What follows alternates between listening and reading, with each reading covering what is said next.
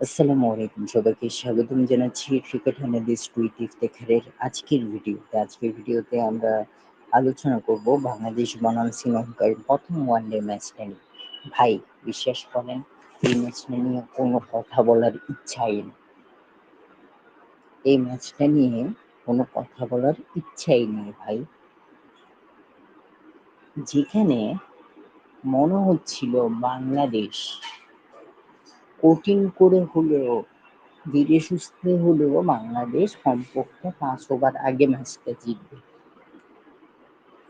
সেখানে ৫টা রান সংগ্রহ করতে বাংলাদেশের উইকেট পড়ে যায় ৭টা। এমনই তো হলো। কেনই বা হবে না? বাংলাদেশের টিম সিলেকশন প্যানেলে যারা আছে তারা কি এই দায়টা আপনারা নিবেন? আমাকে একটু বলবেন? আপনাদেরকেই দায়টা নিতে হবে। কেন বলছি? আপনারা কাকে দলে ডেকেছেন? লিটন দাস। তার বিগত ৭ ম্যাচের, অর্থাৎ এই ম্যাচটা সহ টোটাল ৮ ম্যাচের ইনিংস যদি আমি বলি, ৬, ১, ০, ০, ২, ৪, ০, ০। যে ৮ ম্যাচের ইনিংসে শ্রীলঙ্কার প্রথম ওয়ানডে সহ ৮ ম্যাচের ইনিংসে ৪টাই তিনি ডাক মেরেছেন। তাকে আপনারা, যে কোনো ফর্মেই ছিল না, তাকে আপনারা দলে ফিরিয়েছেন। তাহলে তো এরকমই হবে।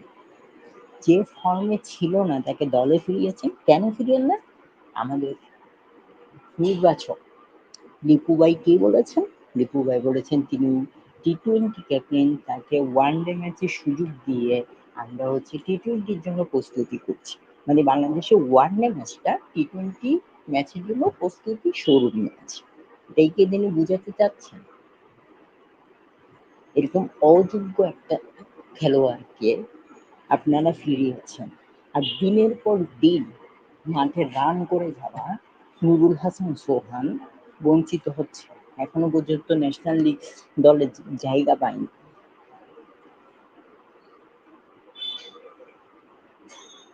বাংলাদেশের অবস্থা যতদিন এই পরিচালকগুলো থাকবে এরকমই হবে।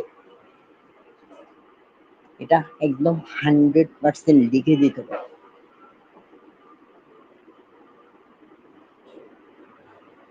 শ্রীলঙ্কার এগেনস্টে আসলেন, দলে ফিরলেন, একাদশের জায়গা পেলেন।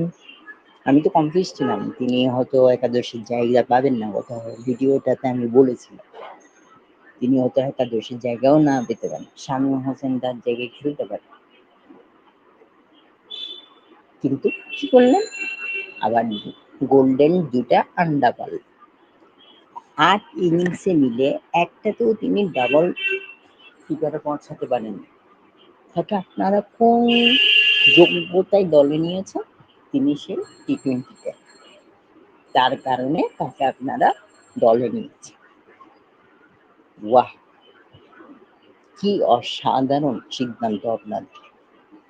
আপনাদের মতন কিছু অযোগ্য মানুষ ওই পরিচালকের চেয়ারে বসছে বলে আজকে বাংলাদেশ পানিতে ডুবে যাচ্ছে। বাংলাদেশের ক্রিকেট টিম পানিতে ডুবে যাচ্ছে। আপনি যদি পুরো ম্যাচটাই খেয়াল করেন, শ্রীলঙ্কার ব্যাটিং এর কথা যদি আমি বলি, শ্রীলঙ্কার ব্যাটিং কিন্তু এত ভালো ছিল না। একমাত্র অধিনায়ক হাসালাঙ্কা ১০৬ রানের একটা ইনিংস খেলেছেন। হাসালাঙ্কা কুশাল মেন্দিস ৬০ রানের একটা পার্টনারশিপ করেছেন।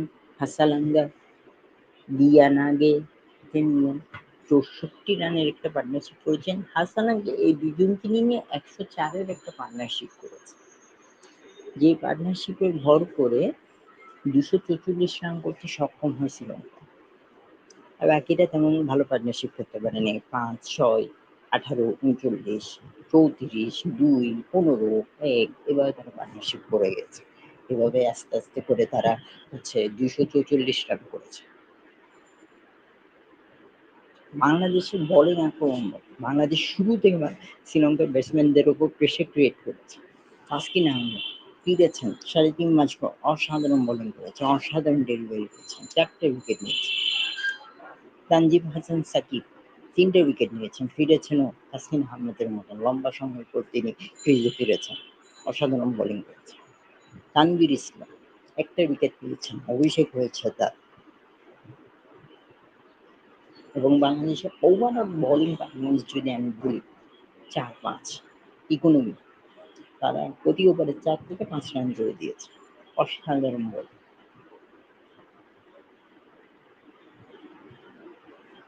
বাট ব্যাটসম্যানদের একই রূপ দেখলাম, পুরোই খেলাটাকেই বাংলাদেশের প্লেয়াররা ধ্বংস করে দিল। ভাই বিশ্বাস করবেন একটা জিনিস বলি, পারভেজ হোসেন ইমন 4 ওভার 4 বলে আউট হলো, তখন বাংলাদেশে ছিল 29 রান 1 উইকেট। নাজমুল হাসান শান্ত এবং তানজিদ হাসান তামিম, তারা দুজন মিলে যেভাবে ব্যাটিং করছিলেন, 71 রানে তারা একটা পার্টনারশিপ করেছে। এটা দেখে আসলে মনেই হচ্ছিল বাংলাদেশ ম্যাচটা অনায়াসে হলেও জিতবে। যে আর প্রেমান দাস স্টেডিয়ামে বাংলাদেশ 13টা ম্যাচে একটাতেও জিততে পারে নাই, 14 নম্বর ম্যাচে এসে তারা জিতবে, তা অনায়াসেই বলা যাচ্ছে।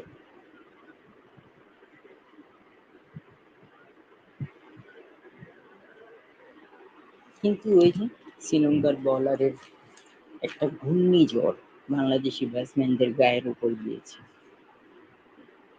16 ওভার 3 বলে এসে 100 রানে 2 উইকেট, অর্থাৎ শান্ত রান আউট হল। ভাই বিশ্বাস করবেন, 5 মিনিটের জন্য আমি একটু 5 মিনিটের জন্য পানিটা খেতে গেছিলাম, গ্যাস্ট্রিকের ওষুধটা খেতে গেছি, এসে দেখি বাংলাদেশে 5 রানে 7টা উইকেট নাই।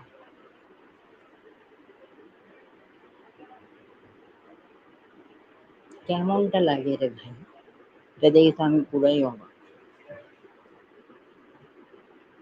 আর উইকেটটা পড়েছে কেমন করে আপনারা দেখবেন, 101 রানে 3 উইকেট, 102 রানে 4 উইকেট, 103 রানে 5 উইকেট, 106 রানে 103 রানে 6 উইকেট, 104 রানে 7 উইকেট, 105 রানে 8 উইকেট, এভাবে উইকেটটা পড়েছে। মানে প্রতি একটা উইকেটের জন্য বাংলাদেশ পেয়েছে একটা। কি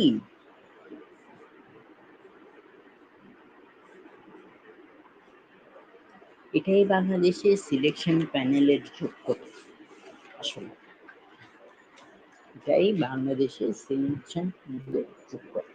যতদিন পর্যন্ত বাংলাদেশ যারা ফর্মে থাকবে না তাদেরকে নানা কারণ দেখিয়ে জাতীয় দলে আনা হবে, যতদিন পর্যন্ত নুরুল হামিম সোহান, মোসাদ্দেক হোসেন এদের মতন প্লেয়াররা একটা বাংলাদেশের স্কোয়াডে থাকা থেকে বঞ্চিত হবে, ততদিন পর্যন্ত বাংলাদেশ এভাবে পানিতে ডুবেই যাবে।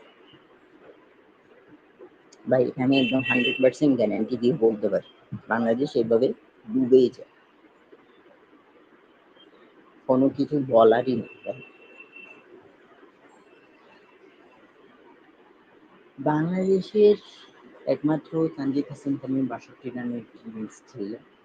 আর পার্টনারশিপ যদি বলি, ওই যে শান্তকে নিয়ে 71 রানের একটা পার্টনারশিপ করবেন। আর শেষ পর্যন্ত কেউ বলারদেরকে টিকিয়ে রেখে জাকের আলী আপ্রাণ চেষ্টা করে। ভাই যে বলার একটা ব্যাটই ভালো করে ধরতে পারে,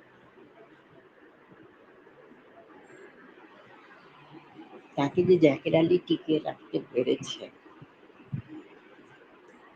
অনেকটা চেষ্টা তিনি যে করেছে, এর জন্য আমি জাকির আলীকে বেসিক্যালি স্যালুট দিতেই হবে ভাই। হাজার চেষ্টা করতে করতে নিজেই পরবর্তীতে আউট হয়ে গেল। জাকির আলী আউট নিয়ে আমার কোনো আফসোস নেই রে, আমি চেষ্টাটা করেছি। তার জায়গায় তার সাথে লিটন না থেকে, লিটনের জায়গায় লিটন না থেকে নুরুল হাসান সোহান যদি থাকতো, আমি এটা কথা দিচ্ছি বাংলাদেশ অবশ্যই জিতবে। নুরুল হাসান সোহান এমন একজন প্রতিভাবান প্লেয়ার যিনি বরিশাল বিপিএল গত বছরে ক্যাপ্টেন হিসেবে রংপুরে নেমেছেন। বরিশালের ৬ বলে ৩৬ রান, তিনি ৬ বলে ৩৬ রান নিয়েই দলকে জিতিয়ে মাঠ ছেড়েছে। এই হচ্ছে প্রতিভাবান প্লেয়ারদের তাই তিনি দলে খেলেছেন, দুর্দান্ত পারফরমেন্স করেছেন, তাকেও কেন বঞ্চিত করা হলো? আপনারা গতকালকের ম্যাচে ঋষাদকে খেলান নাই। ঋষাদ যদি থাকতো, অন্তত জাকের আলীর সাথে যদি ঋষাদ থাকতো, অন্তত বাংলাদেশ জেতার একটা চান্স ছিল আমার মত, আমার ব্যক্তিগত অ্যানালিস্টের মতে, আমার ব্যক্তিগত বিশ্লেষণের মতে এটাই আমার মনে হয়েছে।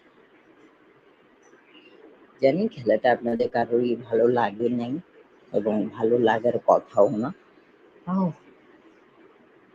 আমার বিশ্লেষণের সাথে আপনারা কতটুকু একমত জানাতে পারেন কমেন্ট বক্সে। সবাইকে ধন্যবাদ। আসসালামু আলাইকুম।